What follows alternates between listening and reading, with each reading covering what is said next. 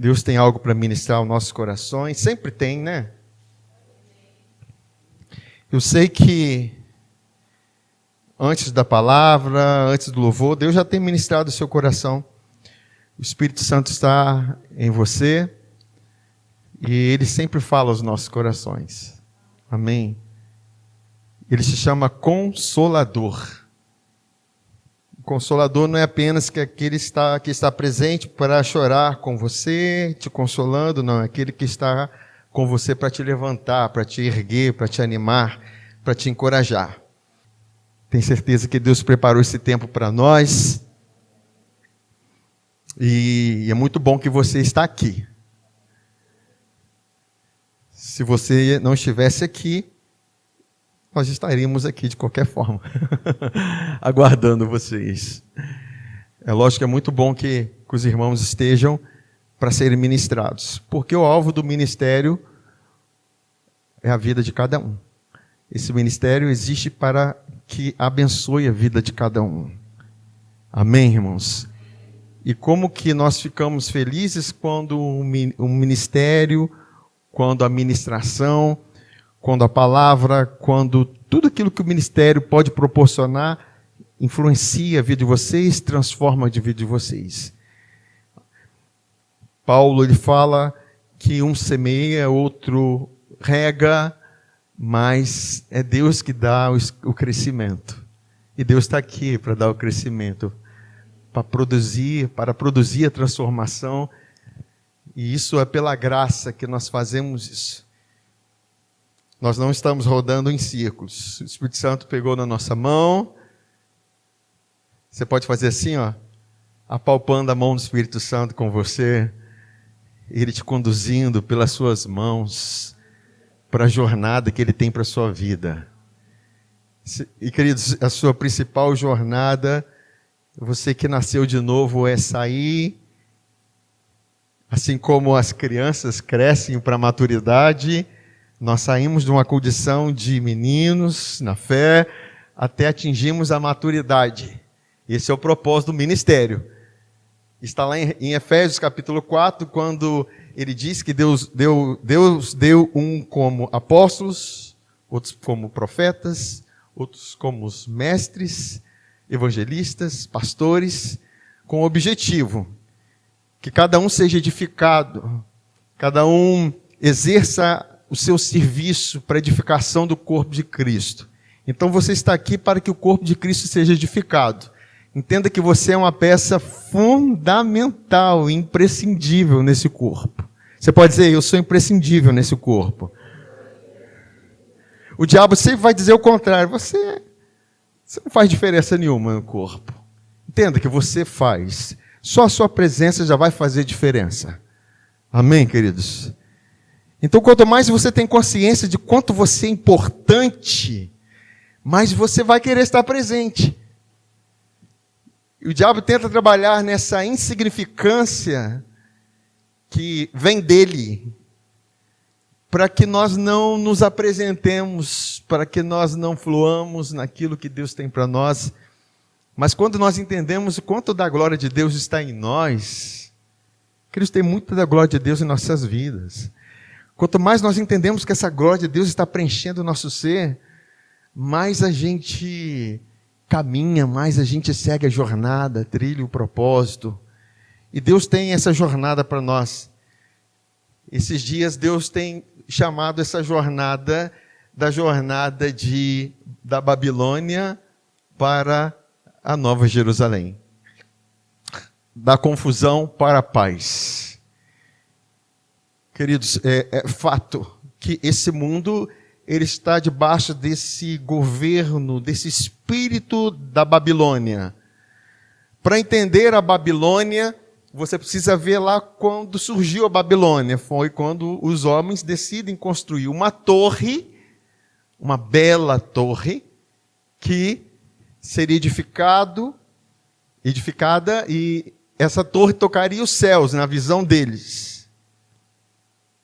E Deus fala, Pai, o Filho e o Espírito Santo fala, olha, eles são um, eles falam a mesma língua, E tudo aquilo que eles intentarem fazer, eles vão conseguir. Esse é o projeto da torre.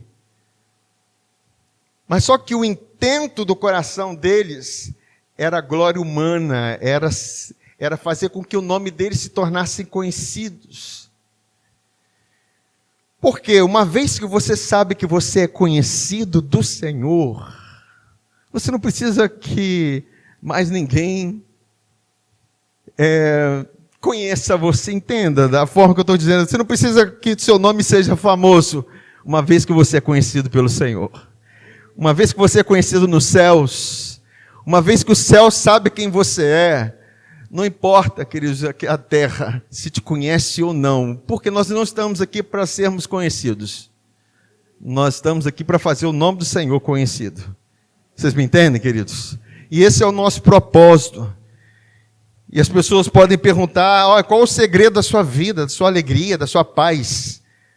Aí você vai poder engrandecer o nome do Senhor. Porque você não vai dizer, é porque eu tenho uma autoajuda que me ajuda todos os dias, eu tenho umas táticas. Não, querido, você vai dizer, é Ele em mim. É o príncipe da paz em mim. Ele é o príncipe da paz. E o príncipe da paz, ele se torna evidente no meio do caos, no meio das trevas. O príncipe da paz surgiu quando havia trevas sobre a terra. Então, queridos, a Bíblia diz que das trevas nascerá a luz. Entenda que a nossa vida, muitas das vezes nós passamos por situações de trevas, por situações de confusão, de tribulações, mas o importante é saber que o príncipe da paz está com você ali, ele é a luz do mundo. E a luz em você é o que basta. E nós temos esse chamado, vamos dizer, essa jornada de sairmos dessa Babilônia que tem esse desejo de autopromoção, de glória humana, de força humana. O foco está em si, quando eles dizem, vamos fazer uma torre, vamos fazer uma torre. Enquanto o reino de Deus isso está lá em Gênesis capítulo 11, e quando você vai ver Gênesis capítulo 12, eu creio que vai ter mais uma etapa da palavra para falar sobre Gênesis 12, toda a jornada de Abraão. Mas quando Deus está chamando um homem para estabelecer o reino de Deus, Ele está dizendo, eu farei de ti, eu farei. O reino de Deus é eu farei, é Deus fazendo, é Deus operando e nós cooperando com Ele. Amém? E isso é muito importante, queridos. E a gente que às vezes nasce num contexto religioso, é muito difícil a gente ter uma visão diferente, porque você nasceu naquele ambiente. Então você acha tudo que acontece dentro do ambiente religioso é o que é o padrão. Mas quando Jesus nasceu no ambiente religioso em que havia fariseus, escribas, saduceus, muitos poderiam dizer, ele vai congregar na igreja dos fariseus. Não, ele foi um contraste para aquela igreja. Ele vai congregar na igreja dos escribas. Não, pelo contrário, Jesus resistiu muitos desses religiosos que tinham a chave do reino dos céus, não entravam e não deixavam que os outros entrassem. Porque o propósito de Deus é que nós que temos a chave do reino dos céus. E queridos, eu creio que a chave que abre a porta do reino de Deus se chama justiça. A Bíblia diz assim, abre-me as portas da justiça. Eu entrarei por ela e renderei graças ao Senhor. Entenda que é essa justiça que promove essa paz. E o reino de Deus não é comida nem bebida, mas justiça, paz e alegria no Espírito. E isso é muito bom. Isso é maravilhoso. A justiça que não tem a ver com aquilo que você fez, mas com aquilo que o Cordeiro de Deus fez. Aquilo que Deus fez por você. Você pode dizer, Ele fez por mim. Ele me amou tanto e Ele continua me amando. Você não tem como vencer as circunstâncias sem saber dessas coisas. Entenda que essa é a realidade que nós estamos vivendo. Nós saímos de Babilônia, mas só que a Babilônia também tem que sair de nós. Quando nós olhamos o Apocalipse, há um clamor de Deus: saiam dela, povo meu. Todos nós nascemos na Babilônia. Todos nós nascemos nos princípios desse mundo em que a glória humana é algo comum, a força humana é comum, mas Deus chamou os fracos desse mundo, os que não são, para exaltar a força dele. Só que nessa jornada que nós estamos trilhando na fé, que eles vão acontecer intempéries na nossa vida, situações que vão servir de correção em nossas vidas. Situação em que nós vamos estar diante das tribulações, porque as tribulações, elas vão apenas apontar para a nossa fraqueza e fazer com que nós venhamos recorrer à verdadeira fonte de todas as coisas. A fonte não está na terra, a fonte está no céu. Nós que somos do céu, nós não podemos esperar da terra aquilo que somente do céu pode vir. Por isso que nós lutamos, ficamos muitas vezes angustiados, ansiosos, preocupados, amargurados. E lutamos com as armas naturais e ficamos nessa situação. Aí que estão os nossos dilemas, as confusões que a Babel produz, em que a Babilônia produz. Tem um lado bom da internet, mas tem um lado muito ruim. São muitas coisas que a gente ouve e aparentemente são coisas boas. Mas são coisas que vão influenciando as nossas vidas e quando vai ver, a gente vai olhar, isso nos tira da rota, da jornada que Deus tem para nós. Deus tem uma jornada para nós, queridos. Nós fomos estabelecidos para vivermos na Nova Jerusalém. A Nova Jerusalém não é algo que vai vir no futuro. A Nova Jerusalém é uma cidade que já existe, em que a glória de Deus é a luz que brilha nessa cidade. Assim como a glória de Deus é a força que impulsiona a nossa vida, é a força que conduz a nossa vida, é a força que nos faz viver com sabedoria, com graça, com alegria. Tudo vem da glória de Deus. A energia vem dessa glória. Amém? Assim como a energia está sustentando essa luz acesa, é a glória de Deus que mantém você aceso, vivo para Deus, vivo para Ele. Mas eu quero ler com vocês mais uma vez o texto base desse contexto da Nova Jerusalém que nós temos falado, que é Romanos capítulo 5, no versículo 1.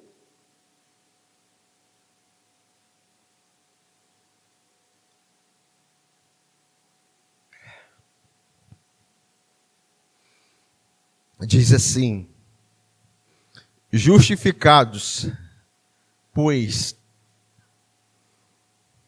mediante a fé, temos paz com Deus. Como que nós temos paz com Deus? Justificados mediante a fé. Isso é um fato. Fatos não podem ser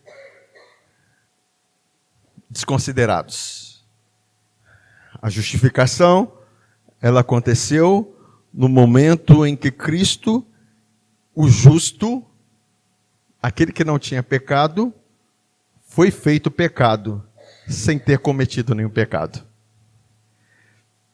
Para que você seja considerado justo, tendo pecado, seja feito justo, porque Jesus foi feito pecado. É difícil entender isso, irmãos? Para a mente natural é. Porque a mente natural de Babel é mérito, é meritocracia. Mas nós vivemos na Jerusalém. Jerusalém, a graça e a paz é o ar dessa cidade. Nós respiramos graça e paz. E aqui ele fala assim, olha, nós temos paz com Deus por meio de nosso Senhor Jesus Cristo, por intermédio de quem obtivemos igualmente acesso pela fé a esta graça, na qual estamos firmes. Nós estamos tão firmes nisso, nessa realidade, quanto uma árvore está firmada em suas raízes. Nós estamos tão firmados nisso como a árvore está firmada numa raiz. O quanto você está enraizado nisso é o quanto você não pode ser removido do reino. O quanto você está enraizado nisso é o quanto você acessa as realidades do reino. A porta que abre, a chave que abre a porta é justiça, a porta do reino. Nós estamos entrando no reino. Nós estamos para vivenciar as realidades do reino. Queridos, nós não estamos aqui por causa de religião, simplesmente porque é domingo. Nós estamos aqui porque nós queremos viver a Nova Jerusalém. Ah, mas essa terra é muito boa, esse mundo é muito bom. Queridos, nós que nascemos de novo,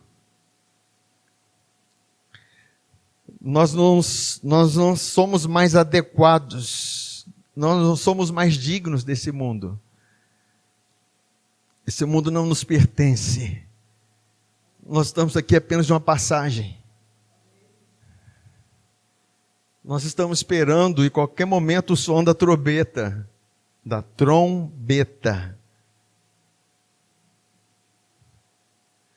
E na hora que soar o som da trombeta, aqueles que morreram em Cristo vão ter os seus corpos ressuscitados, não da mesma forma em que eles morreram, mas num corpo glorificado, porque diz respeito à ressurreição, diz respeito à restauração de Deus. A restauração de Deus é sempre acima da medida natural. E nós que estamos vivos com Cristo, e não é merchan, não é frase de efeito, não é a verdade. Nós que estamos vivos com Cristo, teremos o nosso corpo transformado num piscar de olhos. E de repente, toda incorruptibilidade, toda mancha, toda ruga, tudo aquilo que era da queda do homem, será transformado conforme o corpo de Jesus glorioso. Vai ser uma rápida aspiração. A queima de gordura acabou.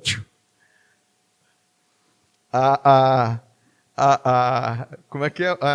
Aquelas estéticas, aquelas que faz lá na face, a harmonização, vai ser uma harmonização instantânea. E você não pagou nada por isso. Isso para sempre. O nosso corpo nunca vai sofrer mais degeneração, corrupção. Queridos, essa é a nossa grande esperança. Nós não somos daqui. Nós somos da Nova Jerusalém. E isso que tem que arder nos nossos corações. Lógico que o tempo que nós estamos aqui, e nós estamos aqui para que muitos outros venham estar nesse lugar em que nós estamos. Amém. E aí ele continua falando aqui,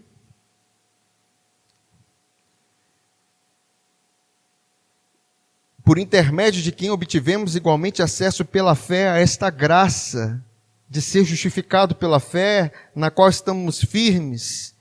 Aí vem um conectivo E, uma palavra E, nos gloriamos na esperança da glória de Deus. O próprio arrebatamento é a ação da glória de Deus em nós, no nosso corpo. Só que Essa glória, ela vem do espírito, alma e corpo, em todo o nosso ser. Hoje nós podemos experimentar da glória de Deus em todas as dimensões da nossa vida. Lembra quando Cristo foi ressuscitar a Lázaro? Na verdade, ele foi lá para o enterro de Lázaro, que já estava há 4 dias morto, enterrado. O sepulcro dele já estava selado. E ele diz: olha, se vocês crerem, vocês verão a glória de Deus. E certamente a glória de Deus se manifestou na vida daquele homem. E ele foi restituído à vida. E ele saiu daquele túmulo. Porque Jesus falou: Lázaro, vem para fora. Não apenas sai para fora, mesmo porque seria redundância. Lázaro, sai do túmulo. Não, vem. Porque a vida está onde? Com ele. Ele nos chama: vem para fora. Vem para perto de mim, vem estar comigo. Eu sou a ressurreição e a vida. Queridos, por isso que todas as vezes que estamos com Jesus, nós estamos tocando na vida, nós estamos comendo a vida, nós estamos bebendo da vida, nós estamos sendo transformados. A oportunidade que nós temos de ceiar junto é comer da vida, é beber da vida. Queridos, que oportunidade maravilhosas. O mundo está aí, muitas das vezes estão buscando uma falsa vida, um falso viver, um viver com um prazer momentâneo, mas nós temos uma vida que nós podemos desfrutar por toda a eternidade, a partir de hoje. Hoje nós estamos desfrutando disso. E esse é o convite de Deus. Então nós temos essa expectativa da manifestação da glória de Deus em nossas vidas. Essa glória de Deus, ela atua em tudo onde há morte em nós. Se tem alguma área que foi afetada pela morte, a glória de Deus atua. E talvez você pense em que área da minha alma em que pode atuar a glória de Deus. Onde tem depressão, onde tem angústia, onde tem aflição, onde tem ansiedade. Tudo isso é efeito da morte na nossa alma. E quando nós nos deparamos com a glória de Deus vem para restituir em alegria. Por isso que Isaías 61 diz: aos que em Sião estão de luto. O que é luto, irmãos? Luto é quando há morte. Ele deu o quê? Uma coroa em vez de cinzas. Óleo de alegria em vez de pranto. Veste de louvor em vez de espírito angustiado. Entenda que é algo espiritual. E está disponível para os que estão em Sião. Mas muitas das vezes nós não temos discernimento espiritual das realidades que estão disponíveis para nós. E nós nos envolvemos com a amargura, com a angústia. E nós precisamos saber passar por esses momentos, nos vestindo dessas vestes de louvor, louvando a Deus, independente das circunstâncias, crendo na alegria do Senhor, crendo nesse revestimento espiritual do Senhor que está disponível para nós. Porque nós fomos chamados para viver pela fé, queridos. E ele continua falando aqui, o que eu estou falando, e não somente isso, mas também nos gloriamos nas tribulações. Quantos estão passando pelas tribulações que não precisa levantar a mão? Você pode dar um sorrisão. Glorio nas tribulações. Porque essas tribulações, quando você passa da maneira correta, qual é a maneira correta? Com o entendimento de que você é a justiça de Deus pela fé em Cristo. Porque se torna angustiante quando você está com consciência: por que eu estou passando por isso? Qual foi o pecado que eu cometi? E você começa a procurar. Será que eu falei algo? Será que eu fiz algo? Porque a mente do homem é: eu plantei, eu colho. É uma verdade. Amém? A lei da semeadura é uma verdade, mas nós somos socorridos por Deus pela semeadura que Ele fez. Jesus é a semente. Ele é a semente que foi plantada na terra, que morreu para que toda semente precisa morrer para que ela possa dar vida. Como diz a palavra, se o grão de trigo cair na terra e não morrer, ele não dá fruto, mas se morrer, ele dá muito fruto. Entende? Jesus é a semente que foi plantada por Deus para colher a nossa vida, nos tirar da corruptibilidade e nos colocar num lugar de glória, num lugar de vida. Agora, saber passar por essas tribulações requer realmente a gente dar uma ênfase maior nisso. Porque quando nós sabemos ultrapassar por esse lugar, dando glórias a Deus, eu não vou dançar aqui agora, como Sadraque, Mesaque e Abidnego, a não ser que eu dance com um copo na mão. Saber passar pelas tribulações, nos gloriando, saber estar nas prisões, como Paulo, orando e cantando, porque nós liberamos o mundo espiritual, porque nós nos sentimos verdadeiramente livres quando nós estamos passando por situações difíceis e aquilo não nos amarra, não nos prende. Isso é verdadeira liberdade. Você não é condicionado por aquilo que o mundo estabelece para você. Jesus falou que no mundo nós teríamos aflições. Imagina que aqui é uma quadra de tênis, a rede está passando aqui, Jesus está dizendo, no mundo vocês vão ter aflições. O mundo está do lado de cá. E o que tem no mundo? As aflições. Mas Jesus está dizendo, eu estou do outro lado, eu venci o mundo. Então tem de bom ânimo. Eu estou do outro lado. As aflições não estão com Jesus. As aflições estão no mundo. Em Jesus eu tenho a paz. E nós precisamos saber passar pelas tribulações olhando para Jesus, o autor e consumador da nossa fé. Porque nós ficamos angustiados. É lógico, queridos, quando nós estamos passando por tribulações, nós vamos sendo corrigidos por Deus, mas com a paz nos guiando, não a angústia nos guiando. A angústia não tem poder de nos guiar, mas a paz sim. Nesse lugar nós deixamos fardos pesados, como diz Hebreus, deixando todo o peso e o embaraço que tão de perto nos rodeia. E eu corro com perseverança a carreira, a jornada que está proposta. Fazendo o quê? Olhando para Ele. É diferente. Você acordar em meio às tribulações, Senhor, obrigado porque eu sou a justiça de Deus pela fé em Cristo. Eu tenho paz com o Senhor. Essa paz está inundando meu ser, independente das guerras. Eu estou sendo guiado pelo Senhor, estou olhando para o Senhor. Enquanto eu olho para o Senhor, estou sendo iluminado. Estou sendo transformado. Eu estou sendo guiado. Eu estou tendo consciência do seu amor.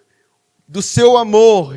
E, queridos, quando nós temos consciência do amor, raízes oriundas do medo vão sendo arrancadas de nossas vidas. Porque tudo que nós vivemos da carne tem uma raiz de medo, de culpa, de condenação.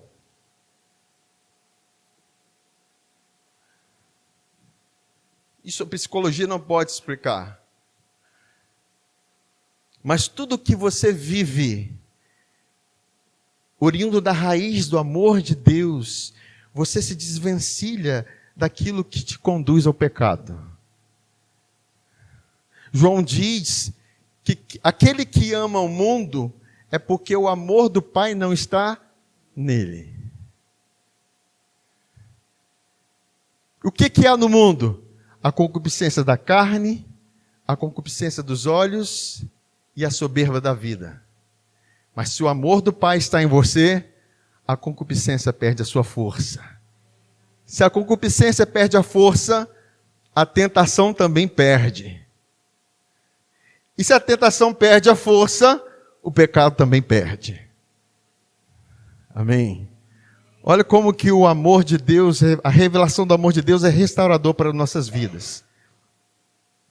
E aí ele continua falando aqui, olha, a tribulação produz perseverança. Ela produz perseverança tanto quanto ela produz a glória de Deus. Paulo, ele diz em 2 Coríntios capítulo 4, que a tribulação, a leve e momentânea tribulação está produzindo um peso eterno de glória. Você sabe por que você está perseverando no meio das tribulações? Porque uma porção da glória de Deus está sendo derramada em você. Você não está continuando na sua força. Nas tribulações você não tem força para caminhar. E aí está a chave da tribulação. É você não confiar na sua força. A chave da angústia é você não confiar em você mesmo, mas confiar no Senhor. Porque quando você está em angústia, você precisa se derramar aos pés daquele que te ama. Aí ele fala que a tribulação produz perseverança, e a perseverança é experiência, e a experiência é esperança. Ora, a esperança não confunde, não há confusão nessa esperança, não há Babel nessa esperança, porque o amor de Deus é derramado em nossos corações pelo Espírito Santo que nos foi outorgado. Agora, queridos, eu quero falar com vocês, dentro daquilo que eu falei no início, eu quero falar da experiência de Ana. Quando já ouvi falar de Ana, que lá em 1 Samuel, Ana, ela foi a mãe de Samuel. E a história de Ana está lá em 1 Samuel, a partir do capítulo 1, ela se resume em que ela era casada com Eucana. Quando eu não conhecia muito bem a Bíblia, eu ficava numa confusão, Eucana é a mulher ou é o homem? Por causa do nome, né? Eucana. Mas enfim, nome hebraico. Tem uns nomes que às vezes confundem, né? Mas Eucana, ele possuía também outra mulher que se chamava Penina. Penina, ela tinha filhos, porém Ana não podia ter filhos. E com isso, havia dentro de casa uma competição, em que Penina, ela se tornou a rival de Ana. Ela meio que se gloriava naquilo que ela possuía. Ela se gabava daquilo que ela tinha. Era como assim, olha aqui os meus filhos, cadê os seus? Então a realidade de Ana era esse. Ela vivia nesse contexto. Apesar de Eucana, seu marido, a amar muito mais. E o interessante é que eles caminhavam todo ano, todo ano, ele ia para a casa do Senhor, para adorar, para sacrificar, para trazer sacrifícios. E o sacrifício tinha o propósito de trazer perdão, entende? Todo sacrifício que eles faziam, levar um animal para sacrificar diante do sacerdote, é para trazer perdão, justificação. Algo que nós temos hoje pela graça, mas é bom a gente ver o contexto, que cada vez que eles subiam para adorar o Senhor, sacrificar o Senhor, a angústia de Ana aumentava, porque nada acontecia. E eu acho interessante porque, nesse contexto, há alguns paralelos importantes, a começar de que a Penina, ela representa uma pessoa da Babilônia, que se gloria em si mesmo, se gloria na sua força, naquilo que ela pode fazer. Mas Ana, não, Ana é alguém que precisava esperar no Senhor. Quantos sabe que o nome Ana significa graça? Entende? Que por mais que você esteja na graça, isso não te isenta de passar por situações assim. Você está na graça, eu estou na graça, Senhor, e eu estou passando por isso. Calma. Se você é justificado pela fé e você crê nisso, Deus faz com que todas as coisas cooperem para o seu bem. E nós vamos ver no contexto que Penina tinha filhos, mas Deus havia algo reservado para Ana. Por mais que ela vivesse angústia, por mais que ela vivesse nesse sentimento de desamparo de Deus, de amargura, e grande era a amargura dela. Porém, eu creio e imagino que se Ana pudesse ter filhos, ela ia entrar em competição com Penina. E Deus não nos chamou para competir com ninguém, queridos. Deus não nos chamou para entrar em competição com ninguém, em concorrência. Por isso que Deus faz as coisas no tempo certo. Você só precisa ser quem você é em Cristo. Cada um tem um tempo. Cada um tem um momento. Tem um tempo certo. A Bíblia diz: humilhe-se debaixo das potentes mãos de Deus, porque no seu tempo Ele vos exaltará. Muitas vezes a gente não entende o tempo, acha que as coisas têm que ser rápido, tem que ser imediato, porque não aconteceu. E muitas das vezes é nesse tempo que Deus está tratando a confiança nele e não em si próprio. Porque a angústia de Ana tinha a ver com a incapacidade dela gerar. Quando Deus queria corrigir o olhar de Ana e saber quem é que produz a capacidade para ela. Quem é a força para ela? Quem é a fonte para ela? Queridos, entende que Deus, Ele vai ter longanimidade conosco e vai trabalhar conosco para que a gente não esteja preso em nada desse mundo.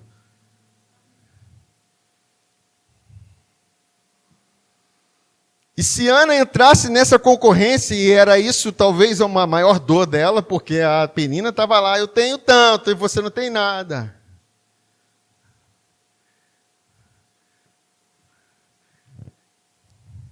Isso a gente às vezes aprende a duras penas. Por que a família do Beltrano é assim, a minha é assim? Queridos, seja quem Deus chamou para ser. Cada um tem o seu tempo. Se você entende a sua jornada, que você é justificado pela fé, você tem paz com Deus, está olhando para Jesus, fique firme, porque a glória de Deus está disponível para operar nas suas fraquezas. Não queira aprender em Babel, você que é cidadão dos céus. Porque na Nova Jerusalém é a glória de Deus que rege as coisas.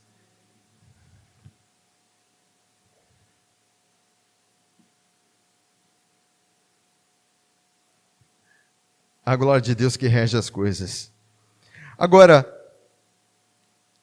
olha que interessante, todos os anos, Ana subia, Eucana subia para sacrificar, levava toda a família, levava lá o seu animal, o seu cordeiro, diante do sacerdote. E quem que estava lá? Era Hofni e Finéias. Hofni e Finéias eram filhos de Eli, Eram os seus filhos que estavam exercendo o sacerdócio naquele momento. Isso tem uma figura daqueles que estão debaixo do sacerdócio da lei, porque é um sacerdócio imperfeito. Porque nós queremos viver debaixo de um sacerdócio perfeito. Olhar para um sacerdote perfeito. A vitória do povo sempre está condicionada à perfeição do sacerdote. Quando esse Hofni e Finéias estavam exercendo o seu sacerdócio, o povo de Israel tinha grandes derrotas. Era um contexto horrível. Mas quando, isso não faz parte da mensagem, mas quando nós olhamos mais para frente, porque nós vamos ver que a Ana gerou Samuel, e Samuel se tornou sacerdote no lugar deles. E Samuel era a figura de um sacerdote perfeito, E quando ele apresenta o sacrifício, apresenta ao Senhor, o povo de Deus sai para a guerra e eles ganham a vitória, ganham aquela guerra. Porque a nossa vitória está condicionada ao sacerdote. E todas as vezes estava lá Eucana e Ana e a família toda, inclusive Penina, lá sacrificando o Senhor. E talvez Penina estava de lá, Senhor, obrigado, hein, porque eu estou conquistando, hein?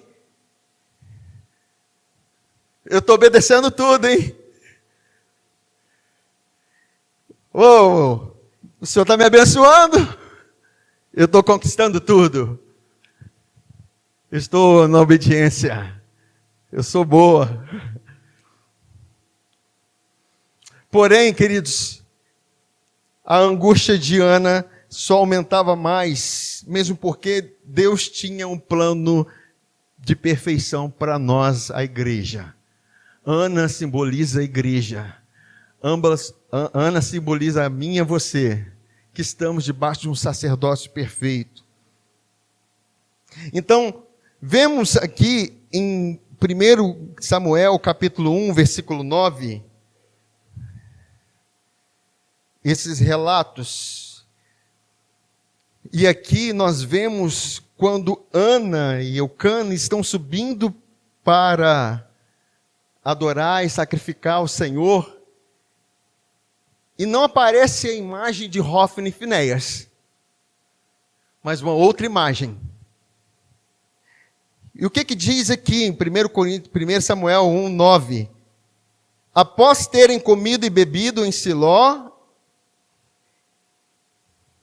lê comigo, estando Eli, não é esse Eli aqui não, irmãos. Ele é uma bênção, é sacerdote também. Estando Eli, o sacerdote, como que ele estava? Assentado numa cadeira, junto a um pilar do templo do Senhor.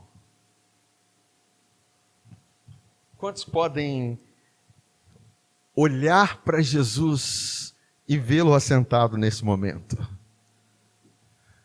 Quantos podem, porque Eli assentado, Eli, o sacerdote assentado, não é comum na velha aliança. Porque os sacerdotes sempre estão de pé, trabalhando, recebendo o cordeiro e sacrificando. Porém, a consciência daqueles que estão oferecendo cordeiro, por mais que estivesse obedecendo, a consciência ainda era de pecado. E se a consciência está de pecado, a angústia está ali muito presente. Porque o Senhor não está presente onde tem pecado. A questão é a consciência. Então eles vinham, apresentavam, e os sacerdotes estavam lá, recebendo de pé os animais, olhando para ver se o animal era perfeito, e se sacrificasse o animal, beleza. Mas ainda era debaixo do contexto da lei. Mas quando eles chegam e vê o Eli, o sacerdote, assentado, é uma figura que está em Hebreus capítulo 10. A Bíblia diz que Jesus havendo concluído a sua obra de ser sido sacrificado, ele se assentou. Ele descansou da sua obra. Ele concluiu a sua obra. Ele terminou a obra que trouxe perdão para os nossos pecados. Ele terminou a obra da redenção. Ele nos fez justos quando ele se assentou. Então a figura de ver Elias sentado é a figura de ver Jesus assentado, o sumo sacerdote perfeito. Amém, queridos? Isso é muito significativo. Porque nós estamos falando agora de um sumo sacerdote perfeito. Nós estamos falando de alguém que venceu a morte. De alguém que foi o próprio Cordeiro de Deus, que tira o pecado do mundo. Vamos continuar lendo.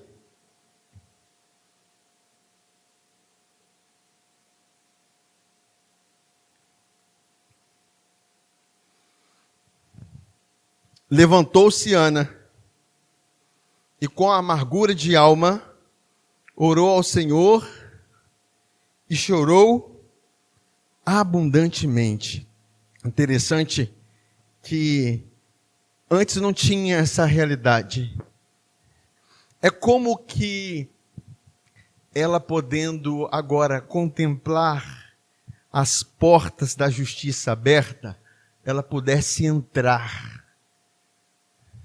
A Bíblia diz que nós não temos um sumo sacerdote que não possa se compadecer das nossas fraquezas, mas um que, como um de nós, foi tentado em todas as coisas, porém sem pecado.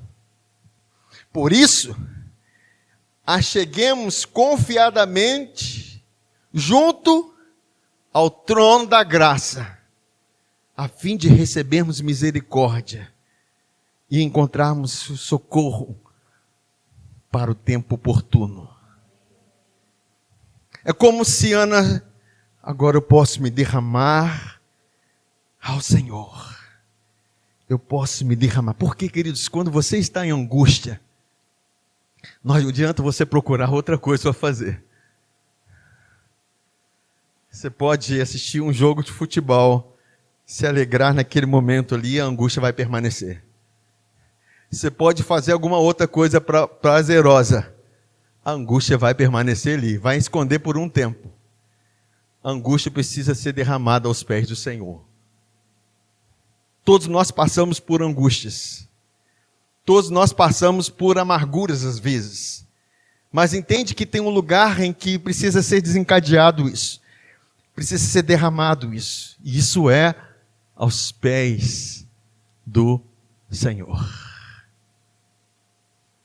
E quando nós temos essa oportunidade, queridos, nós nos abrimos para realmente dar lugar à paz do Senhor no nosso coração. Vamos continuar aqui. Ela orou com amargura, chorou abundantemente e fez um voto dizendo: Senhor dos exércitos, se benignamente atentares para a aflição da tua serva e de mim te lembrares, da tua serva te não esqueceres, e lhe deres um filho varão, ao Senhor o darei por todos os dias da sua vida, e sobre a sua cabeça não passará navalha. Quer dizer, eu vou receber do Senhor e vou dar ao Senhor. Assim, o mesmo princípio, quando Deus fala com Abraão: Abraão, pega o filho que eu te dei e me dê ele em sacrifício. Vocês me entendem? E ela faz esse voto. Aí ela continua falando assim: demorando-se ela no orar perante o Senhor, passou Eli a observar-lhe o movimento dos lábios. Tira agora a figura do Eli aqui, não é a figura de Jesus. Porquanto Ana só no coração falava, seus lábios se moviam, porém não se lhe ouvia voz nenhuma. Por isso Eli a teve por embriagada e lhe disse: até quando estarás tu embriagada? a parte de ti esse vinho. Porém Ana respondeu: não, senhor meu, eu sou mulher atribulada de espírito. Não bebi nem vinho, nem bebida forte, porém venho derramando a minha alma perante o Senhor. Não tenha, pois, a tua serva por filha de Belial, porque pelo excesso da minha ansiedade e da minha aflição, ela estava extremamente ansiosa e aflita. Queridos, é para nós aprendermos com ela, tá? É que tenho falado até agora. Então lhe respondeu Eli: vai-te em paz, e o Deus de Israel te conceda a petição que lhe fizeste. E disse ela: acha tua serva mercê, graça diante de ti. Assim a mulher se foi seu caminho e comeu, e o seu semblante já não era triste. E a circunstância já havia mudado? Não. Mas ela recebeu paz. A circunstância ainda era de tristeza? Era. Mas ela já não estava mais triste. Entenda que a Bíblia fala: sendo, pois, justificado pela fé, temos paz com Deus. Quando ela enxerga o sumo sacerdote, ou sacerdote assentado, ela tem, como nós hoje, a justificação para receber. Temos a porta da justiça aberta. Nós temos o favor de Deus, porque Jesus foi feito pecado no nosso lugar, e nós podemos receber essa paz. E essa paz produz uma expectativa. É como se lhe falasse: senhora, receba a paz. É o que Jesus fala conosco no meio da tribulação: fique em paz. A minha paz eu vos dou. Mas quando Ele te dá a paz, essa paz vem carregada de uma expectativa gloriosa. A paz de Deus vem para você ter uma expectativa gloriosa no Senhor, naquilo que Ele pode fazer. Porque uma vez que eu sou justificado pela fé, eu tenho paz com Deus e me glorio na esperança. Já não há mais motivo de tristeza. Já não há mais motivo de angústia, porque a angústia dura enquanto estou colocando minha confiança em mim. Mas quando ela derrama a sua angústia ao Senhor, ela está dizendo: Senhor, o Senhor pode me dar, o Senhor pode fazer, o Senhor pode operar. Não é na minha força, é na força do Senhor, é na glória do Senhor. A angústia está ligada muito com a autoconfiança que nós temos em nós mesmos. Mas a paz está ligada na confiança que nós temos no Senhor. Você vai ter paz sempre que você confiar no Senhor, queridos. Você vai descansar, porque a obra foi concluída. A obra foi terminada. E o que acontece? Ela foi em paz, o seu semblante já não era triste. Levantaram-se de madrugada e adoraram ao Senhor. A circunstância havia mudado? Não. Mas o que eles fizeram? Adoraram ao Senhor. Deus quer nos tirar de uma condição de amargura, de aflição, para uma condição de adoração. Aos que em Sião estão de luto, Deus deu uma coroa em vez de cinzas, alegria em vez de pranto, veste de louvor ao invés de espírito angustiado. O espírito da angústia de Ana foi arrancado e foi colocado na vida dela uma veste de louvor. Ela recebeu veste de louvor, queridos. Queridos, nós precisamos aprender a adorar a Deus em meio às tribulações que passamos. Mas entenda que isso é uma jornada. Quando você aprende a fazer isso, queridos, você avança níveis na sua vida de glória. Se avança. Por isso que a aflição do tempo presente não pode ser comparada com a glória que em nós há de ser revelada. A adoração é um ato de fé. É um ato daqueles que confiam no Senhor. E essa mulher, ela levantou para adorar ao Senhor. A circunstância não havia mudado, mas ela viu o sacerdote se assentado. O sacerdote está assentado. Isso tem que produzir algo em você, ver o sacerdote assentado. É a figura daquele que venceu todas as coisas. E ele diz, e continua. E voltaram e chegaram à sua casa a Ramá. Eucana coabitou com Ana, sua mulher. E lembrando-se dela o Senhor, ela concebeu e passando o devido tempo teve um filho. A que chamou Samuel, pois dizia, do Senhor o pedi. Foi Deus que fez.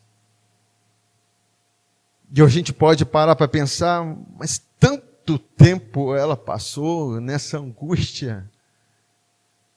Tanto tempo ela viveu essa angústia. Queridos, Deus é aquele que pega a matéria-prima da angústia, da aflição e transforma em glória. Samuel não é apenas um filho. Samuel é um projeto de Deus. É um propósito de Deus. Não é um homem comum. Foi um profeta. Foi um juiz. Foi um sacerdote que fez toda a diferença naquele lugar. Que fez toda a diferença para Israel. Entenda que quando nós passamos por angústias, e às vezes isso demora, é porque Deus tem um projeto de algo muito poderoso, queridos. Você pode crer assim, queridos? Você pode crer nisso que o Senhor tem para nós? Não importa. Agora, se nós ficarmos olhando para o lado de fora e começar a comparar, por que aconteceu com fulano e não aconteceu comigo, querido, saia desse lugar. Deus não tem isso para você. Deus tem para você um lugar em que você confia nele, que você está olhando para ele, não está olhando para as pessoas. E às vezes nós ficamos olhando, comparando, isso só vai aumentando nossa angústia. Não, queridos. Deus tem algo especial para cada um de nós. Deus te chamou, e a quem Ele chamou, Ele justificou, e a quem Ele justificou, Ele glorificou. Sabe, e é uma verdade. Às vezes nós queremos concorrer com alguém e querendo imitar a pessoa. Não, queridos, nós devemos olhar para Jesus. Deus tem a melhor versão para nós, de quem nós somos nele. Nós não temos que concorrer com ninguém, querer ser igual a ninguém. Ainda que nós vamos ter inspirações na Bíblia, ainda nós vamos ter inspirar e olhar para o Senhor, para nos inspirar nele. Nós vamos imitar o Senhor na vida das pessoas, e não a pessoa em si, porque muitas das vezes as pessoas são porque elas estão aparentando algo que a Babel está mostrando. Muitas das vezes é Babel que está mostrando algo, mas o reino não está ali. Amém? O reino está no lugar onde Deus está construindo ocultamente. Deus, ele é especialista em esconder tesouros em vasos de barro. Ele está fazendo algo que ninguém vê. Deus está fazendo algo em você que ninguém está vendo. Nós precisamos ter essa confiança. Deus está construindo algo. Deus tem algo para esse ministério que ninguém vê. Mas nós que estamos nele precisamos enxergar e perceber. Olha que estou fazendo uma coisa nova, porventura não percebeis? Uma coisa nova está saindo à luz. Eu abro um caminho no deserto e rios no ermo. É isso que Deus está fazendo. E, queridos, Deus não nos chamou para vivermos debaixo de amargura. Nós precisamos derramar amargura. Porque quando nós vivemos debaixo de amargura, queridos, é terrível. Por isso que Hebreus capítulo 12, 14, 15, diz assim: busque a paz com todos e a santificação. E aí, eu vou continuar lendo aqui. E a santificação, sem a qual ninguém verá o Senhor.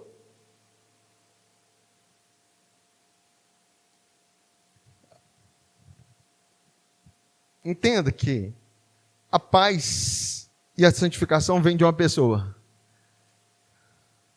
É dele. Jesus se fez por nós santificação. Ele é a minha santificação. Ele é a minha justiça. Eu vejo o Senhor por causa dele. Por causa da justiça que me foi dada. E ele está dizendo aqui, olha, tomem cuidado para que ninguém se afaste da graça de Deus. E para que nenhuma raiz de amargura ao brotar cause perturbação e contamine a muitos. E é isso que a amargura faz, ela contamina. Quando ela deve ser derramada aos pés do Senhor. E você receber dele a paz. Deus tem esse chamado para nós, queridos. Aprenda a sair desse lugar de Babilônia, deixando a amargura de lado, recebendo a paz do Senhor e seguir aquilo que está proposto para você. Deus tem isso para nós. Em 1 Coríntios capítulo 1, versículo 30, diz assim: mas vós sois dele. Diga, eu sou dele. Mais uma vez, eu sou dele. 3 para ressuscitar, eu sou dele. Ai, queridos, como é bom você saber que é dele. Sabe que o fato de você ser dele não tem algo ruim para você. Ele tem algo bom, ele tem um futuro glorioso para você. Ele diz assim: mas vós sois dele, o qual se tornou da parte de Deus sabedoria, justiça, santificação e redenção, para que, como está escrito, aquele que se gloria, glorie-se no Senhor. Nós estamos nos gloriando nele. Nós estamos nos gloriando na sua força.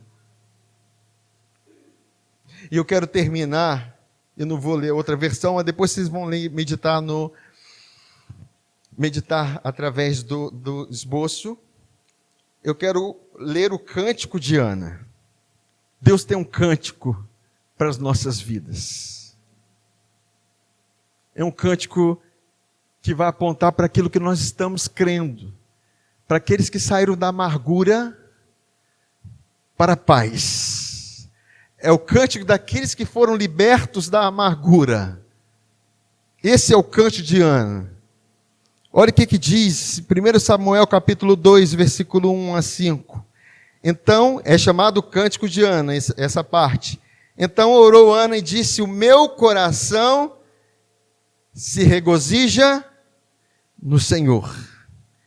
A minha força está exaltada no Senhor. A minha boca se ri dos meus inimigos, porquanto me alegro na tua salvação. Não há santo como o Senhor, porque não há outro além de ti, e rocha não há nenhuma como o nosso Deus. Não multipliqueis palavras de orgulho que vêm de Babilônia, nem saiam coisas arrogantes da vossa boca, porque o Senhor é o Deus da sabedoria e pesa todos os feitos na balança. O arco dos fortes é quebrado, porém os débeis, os fracos, cingidos de força. Os que antes eram fartos, hoje se alugam por pão, mas os que andavam famintos não sofrem mais fome. Até a estéril tem 7 filhos, e aqui tinha muitos filhos, perde o vigor. Em quem está pautado o cântico de Ana? Na força do Senhor. na glória do Senhor. Você foi chamado para provar dessa glória. Versículo 9. Que diz, versículo 9.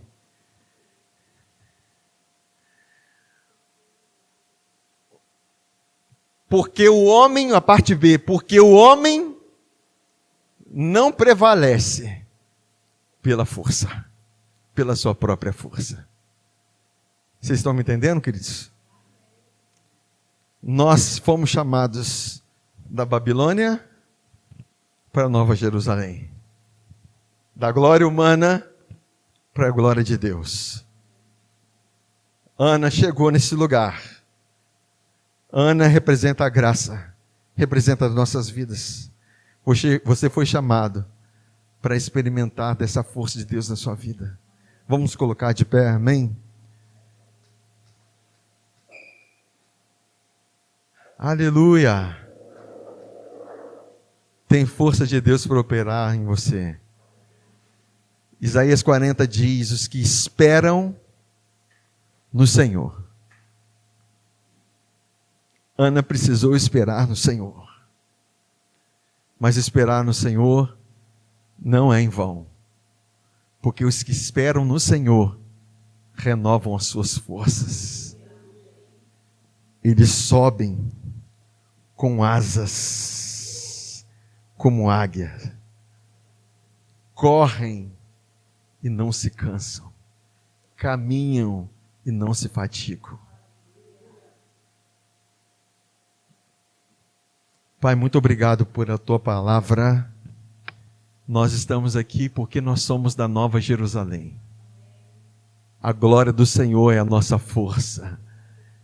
Nós estamos aqui para exaltar a tua glória. Nós somos vitrine da tua glória, Senhor. E aqui estão os teus filhos. O Senhor conhece cada coração neste lugar. E o Senhor sabe de todas as angústias dos corações. Vamos terminar assim de mãos dadas, amém? E você vai ter oportunidade de orar pela vida do seu irmão, da sua irmã. E você pode ministrar essa força na vida dele, na vida dela. Ministrar essa força, a força que Ana recebeu, a paz que Ana recebeu. Senhor, nós ministramos essa graça. Começa a ministrar sobre a vida do seu vizinho aí. Ministra a graça, a força do Senhor, a paz do Senhor. Senhor, nós ministramos, Pai, a graça, a paz do Senhor sobre a vida do meu irmão, da minha irmã. Senhor, eu declaro, Pai, que essa paz, a mesma paz que Ana recebeu, essa paz que vem da nossa justificação, a paz que vem de Jesus, a paz que vem dele, Pai, vem carregada com peso de glória, de expectativa de glória, de expectativa de quem nós somos no Senhor, daquilo que o Senhor tem para fazer, Pai, da glória do Senhor, do operar da glória do Senhor, Senhor. Nós oramos, Pai, e ministramos isso. Ministre, querido, sobre a vida do seu irmão, ore pela vida dele agora, no nome de Jesus, libere dessa paz sobre a vida dele, dessa glória sobre a vida dele, declare sobre a vida dele a restituição, a restauração, a força do Senhor. Pai, nós ministramos essa força, a força da tua glória, Senhor, assim como Paulo orou, que nós sejamos fortalecidos com todo o poder, segundo a força da sua glória, para que nós tenhamos longanimidade e alegria com gozo. A glória do Senhor seja impartida nesse lugar, sobre a vida do meu irmão, da vida da minha irmã. Senhor, ele seja fortalecido com poder, Senhor. Senhor, no nome de Jesus, interiormente que haja essa força, essa glória, essa expectativa. E nós ministramos, Pai, a vitória, a graça, a restituição, a operação da tua glória, Pai, sobre a vida dos teus filhos, no nome de Jesus. Amém.